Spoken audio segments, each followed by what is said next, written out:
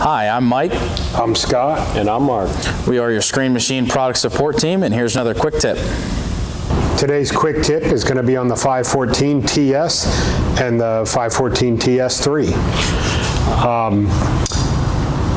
It's going to be on the greasing of this machine, the daily maintenance.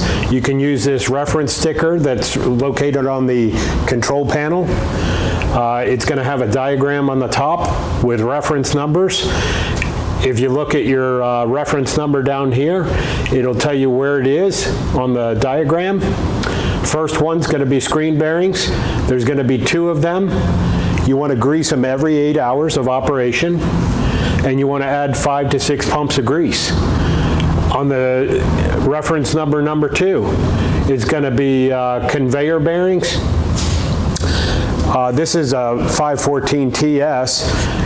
You're going to have 16 bearings you need to grease every 40 hours. You want to add 1 to 2 pumps of grease. On a TS3, you'll have an extra conveyor, so it'll be 20 bearings every 40 hours, 1 to 2 pumps of grease, and so on.